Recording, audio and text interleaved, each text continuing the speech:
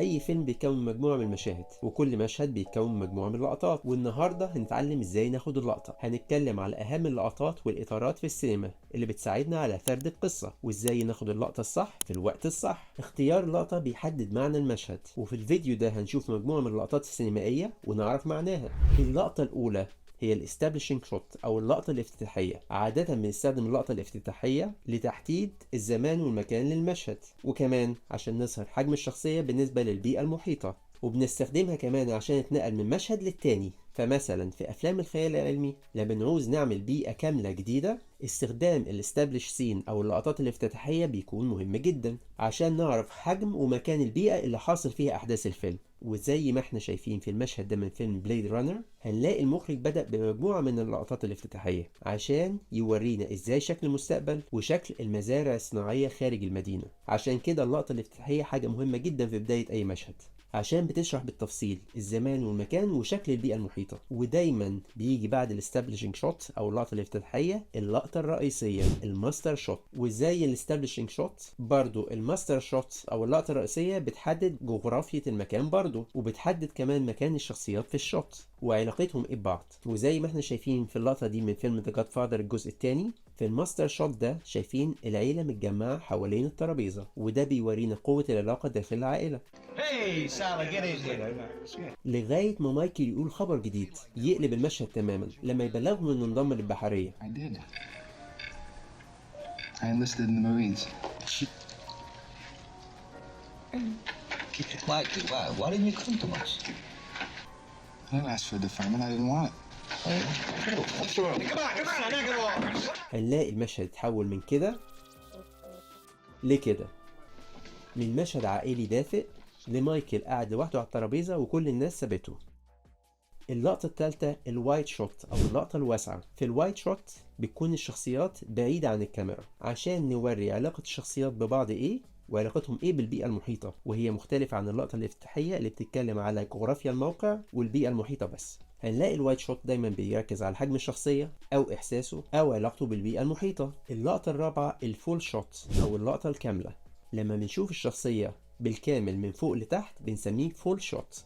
وفي الفول شوت عادة بنسبة كبيرة جدا الكاركتر بيكون في نص الشاشة. الميزة بقى في الفول شوت مش بس بيورينا وش الشخصية، بس بيعرفنا أكتر عن الشخصية من خلال لبسه، حركاته، وقفته. وافتكر دايما إن الفول شوت بيصور الكاركتر بالكامل من أعلى الرأس لأسفل القدمين عشان يدينا صورة كاملة عن الكاركتر. أما بقى اللقطة الخامسة فهي الميديوم فول شوت أو الكاوبوي، وبيسموها الكاوبوي عشان دايما بيصوروا الكاركتر من أعلى الرأس لغاية المكان اللي بيبقى فيه المسدس. في أفلام الويسترن الأمريكية في المشهد ده هنشوف زاوية كاوبوي لليدي سارة وهي واقفة ماسكة المسدس، واللقطة بتبين قوة الشخصية والسيطرة. وده هيفكرنا بأفلام الكاوبوي من حيث زاوية التصوير والوقفة مع الميديم فول شوت. اللقطة السادسة الميديم شوت، والميديم شوت بيعتبر من أشهر اللقطات في السينما Will you hold still? لأن النوع ده من التصوير أكثر طبيعية، مش دراماتيكي زي كلوز اب ولا بعيدة زي الوايت شوت، لأنها أقرب لرؤية العين في التواصل مع الآخرين. وتكنيك التصوير هنا بيبدأ من فوق الوسط أسفل السطر لغاية أعلى الرأس بشوية، وزي ما احنا شايفين في المشهد ده من فيلم كوكو بتاع بيكسار.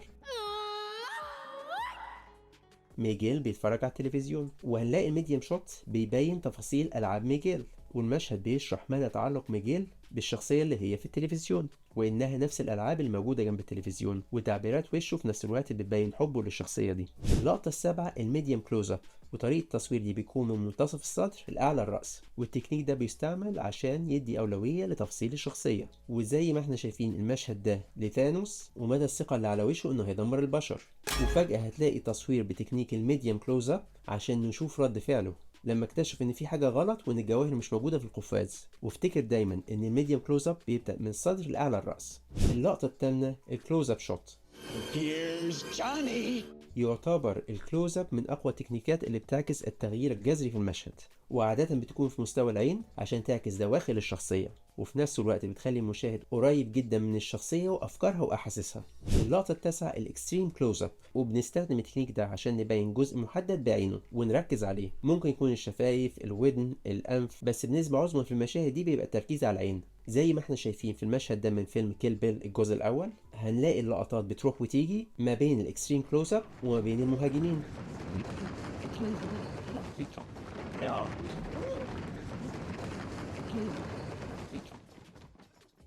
ومن انواع التصوير القريب كمان الانسرت شوت، وده لما نكون عايزين نركز على حاجه معينه وفي نفس الوقت نحطها داخل المشهد عشان تخدم المعنى او تفهم المشاهد حاجه معينه، وبتبقى مهمه جدا عشان تساعد في سرد الحكايه. وافتكر دايما ان الاكستريم كلوز اب والانسرت شوت مهم جدا لتاكيد المعنى في المشهد. ودايما افتكر ان كسر القواعد ممكن يولد حاجات جديده وجميله جدا مختلفه، فجرب كتير تطلع حاجات اجمل. ولو عايز تعرف اكتر عن التصوير السينمائي شوف الحلقه دي. ولو عجبك الفيديو ما تنساش تعمل لايك وشير للفيديو، ونشوفك الحلقة الجاية.